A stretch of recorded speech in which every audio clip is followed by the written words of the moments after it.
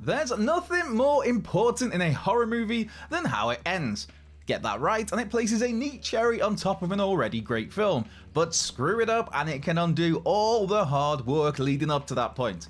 Horror absolutely loves pulling the rug out in its closing moments, providing viewers with vital last-minute information which offers an entirely new perspective to everything they've just seen.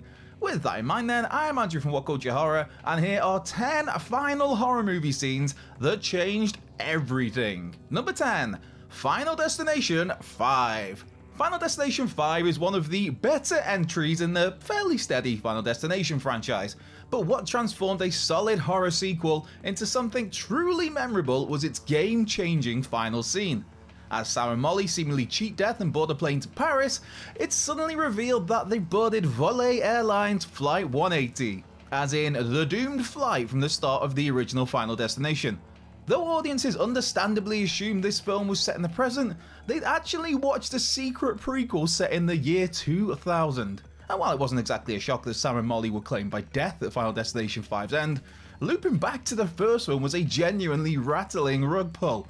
Number 9. The House of the Devil. Ti West's terrific satanic panic throwback, The House of the Devil, sees student Sam take a babysitting job at a remote mansion, only to discover she's actually been ensnared in a grim ritual. At the film's end, the result of this ritual seemingly leaves Sam pregnant with the Antichrist. And so, in order to escape this fate, she shoots herself in the head. However, the ending reveals that she inexplicably survived, albeit while now in a coma. And then, in the chilling final moments, the nurse implies that Sam is indeed still pregnant, and so the cult members' plan to impregnate her with the Antichrist actually worked. Will Sam wake up? If so, what will she remember? And what's going to happen when she gives birth to a hellspawn? All in, yeah, things aren't looking good. Number 8. The Others. The Others cemented itself in the annals of horror movie legend for its final 5 or so minutes, when it turns out that Grace and her children aren't really being terrorized by a supernatural phenomena. No, they are the phenomena.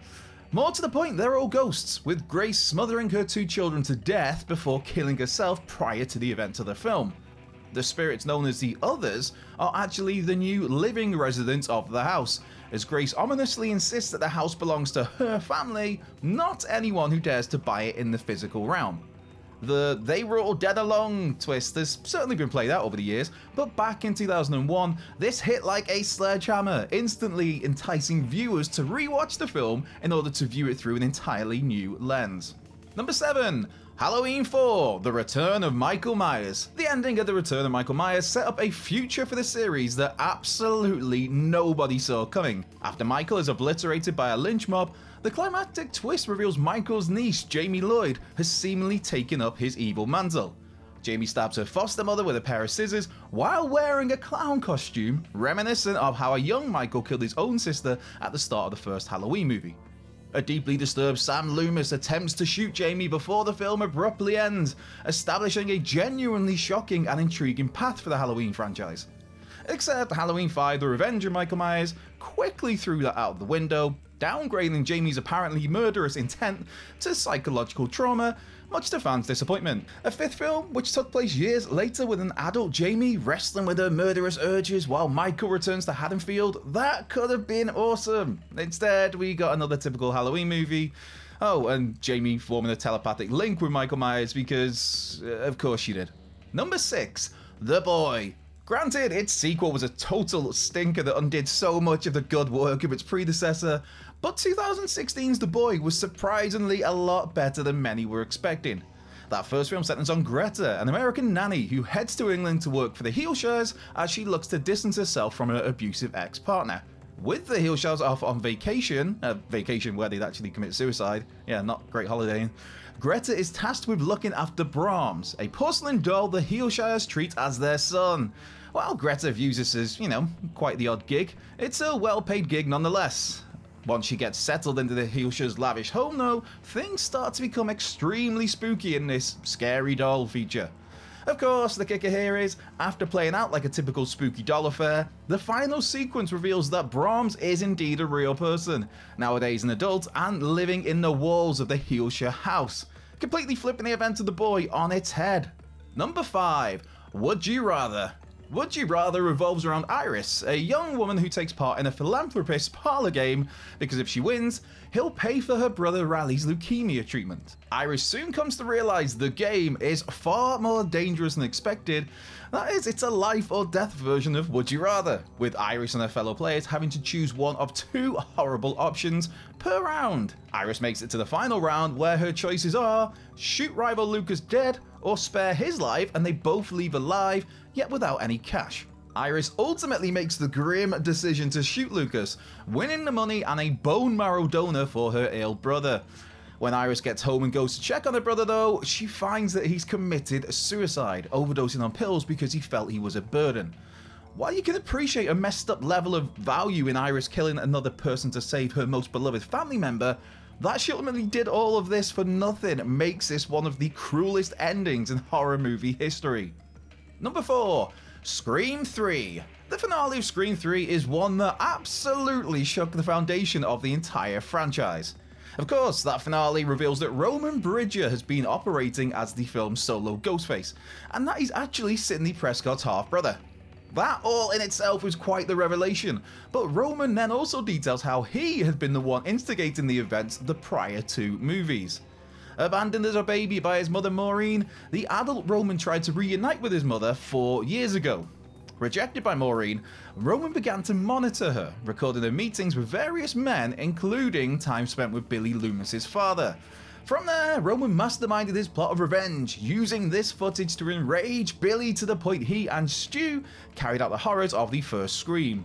That in itself set in motion the events of Scream 2 then, where Mrs. Loomis, alongside film student Mikey, embarked on her own mission of revenge against Sidney for the death of her baby boy. Within a matter of minutes, Roman managed to completely change the narrative of the entire Scream series. Number 3. Fallen. Fallen begins as Denzel Washington's Detective John Hobbs explains he's going to tell us about the time he almost died, accompanied by clips of him running through a snowy forest before collapsing to the floor. The rest of the film plays out in order, with Hobbs chasing down a serial killer who happens to be a fallen angel, Azazel, with the ability to possess people simply by touching them. At the movie's end, Hobbs discovers Azazel has taken the guise of his colleague Jonesy, and so hatches a plan to kill Jonesy and then poison himself, leaving Azazel stranded in the wilderness without a host to inhabit. But before Hobbs can die, Azazel possesses him, at which point we return to the sequence from the start of the film. As a poisoned Hobbs collapses to the floor, the opening narration resumes, revealing that we were listening to an Azazel-possessed Hobbs talking about the time he almost died, not Hobbs. And with that, Azazel is saved from being trapped in Hobbs' corpse when a cat stumbles across the scene and he possesses it. Those darn cats, man, they get everywhere. And that implies that Azazel will be able to continue his rampage as soon as he finds another human to make contact with. Number 2. Right at Your Door.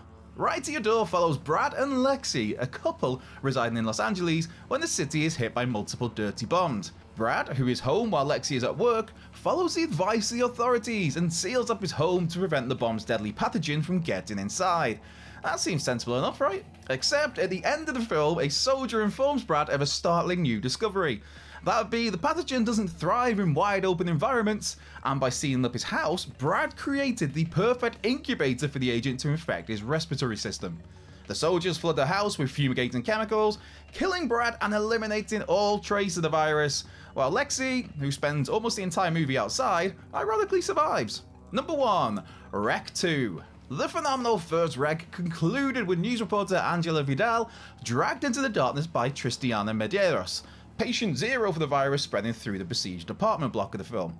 Rec 2 picks up moments later with a team of soldiers breaching the sealed apartment complex, and at the end of the movie they finally make contact with Angela, who is miraculously still alive. Angela then ends up killing Tristiana, but moments later also attacks and kills the remaining friendlies, revealing that she is infected with a demonic entity which was possessing Tristiana. More to the point, a closing flashback shows precisely what happened after the ending of the first movie.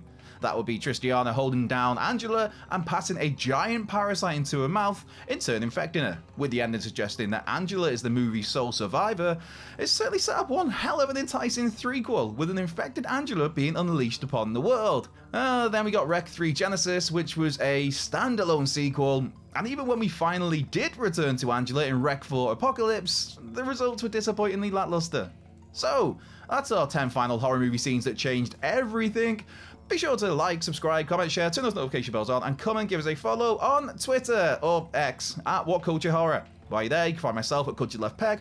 Most importantly though, be sure to have the best possible day. Whether you're doing something or whether you're doing absolutely nothing, I hope it goes well for you. And if things aren't going so well, I really do hope they turn around as soon as possible. I've been Andrew Pollard from What Culture Horror, and I'll catch you down the road.